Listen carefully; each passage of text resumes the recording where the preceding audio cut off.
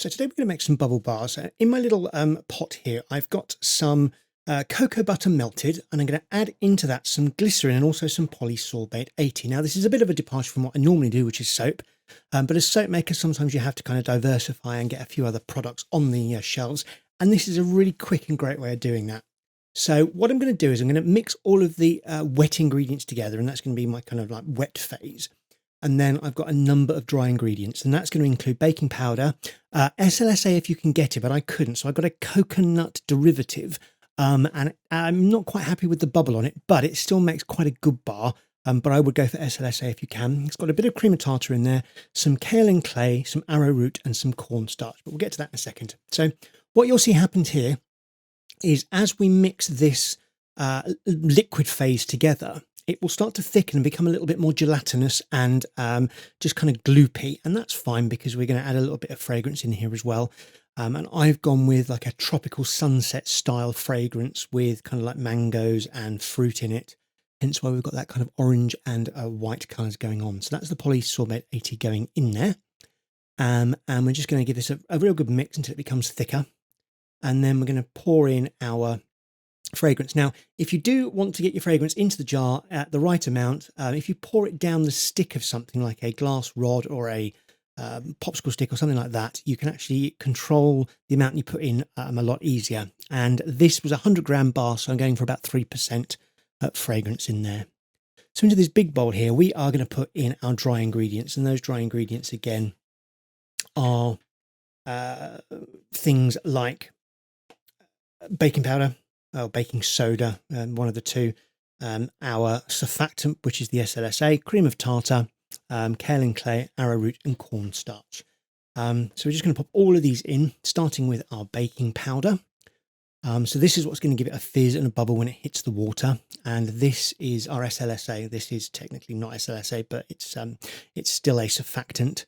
And that going in as well is where we're going to get most of our bubble from. Now, this is different to a soap because we're using detergents. We're using these surfactants and stuff like that, which have been processed. They're still from relatively natural sources, but they have been processed. So if you just want to kind of get a very natural bar, you might want to think about making maybe a liquid soap and adding your fragrance in after it's all been cooked down and put down. But again, with something like a liquid soap, it's got a water content and you would need a preservative in there. You really can't get away without using a preservative, and vitamin E does not constitute a preservative, I'm afraid. You need a proper broad spectrum to stop any nasties getting in there. So we're going in now with our little bit of cream of tartar, and this has a minimal amount of cream of tartar in it, which is quite an expensive ingredient. We've got arrowroot going in here, and these are all available quite readily on places like Amazon, or most soap oil suppliers will be able to provide you with these. And this is my cornstarch. Now, this is where my batter goes a little bit of a kind of creamy colour rather than white.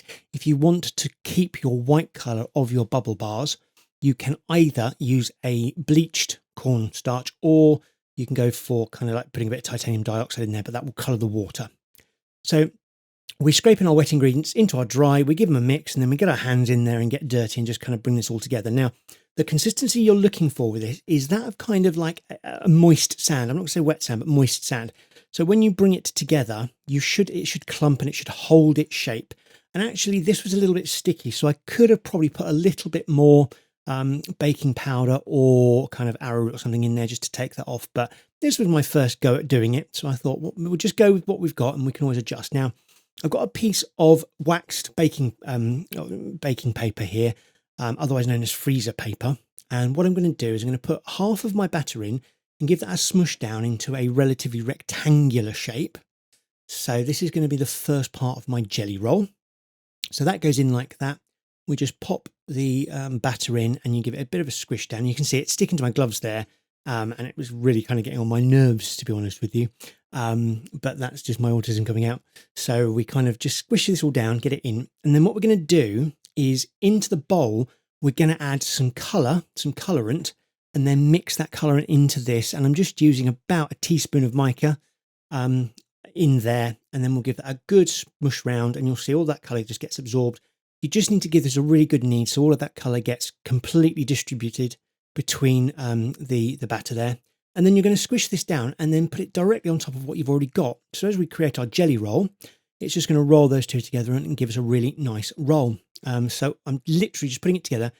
And the reason I've got it on the baking parchment is I'm then going to fold it over and I can roll it then under that baking parchment. I can use the baking parchment a bit like a Swiss roll to roll the jelly roll. So I can use the paper to essentially give us that jelly roll shape.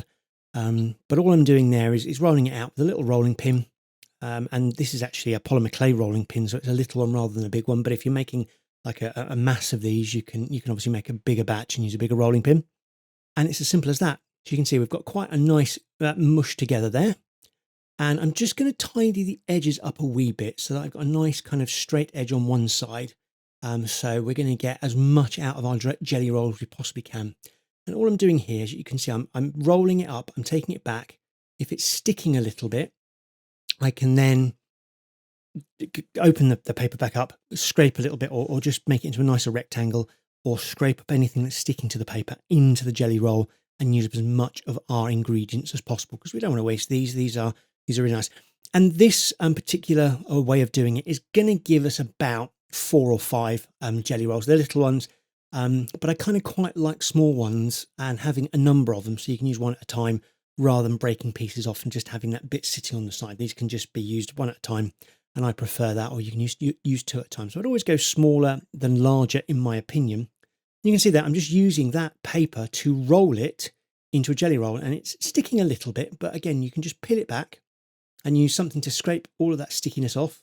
I'm just using a little spatula, a little palette knife here with a straight edge, and then rolling it in on itself. And that's all you need to do in order to get a really clean jelly roll, quite tight, and it's a great way of doing it.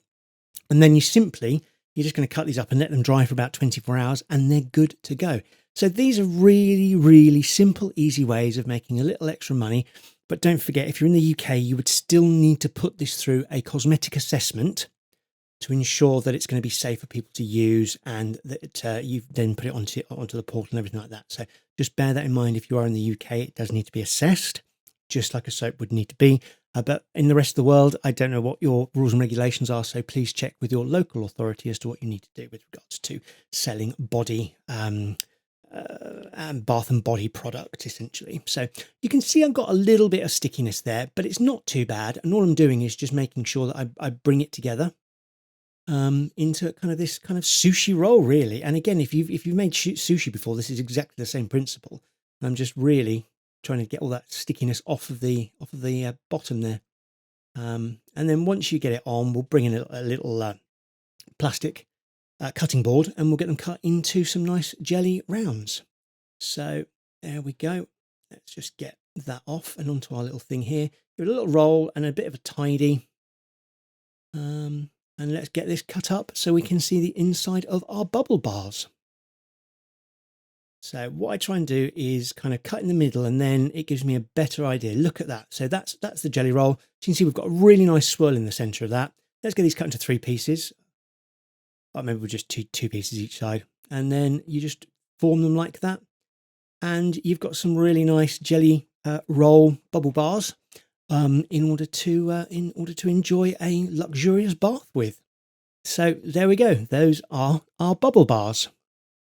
So if you've enjoyed this video, please give it a like. And if you haven't already, please subscribe to my channel. It really helps me grow and allows me to make more videos and tutorials for all of you. When you subscribe, don't forget to click the bell icon if you'd like to get notified when a new video is uploaded. And thanks a lot, Soapsters. I'll see you again next time.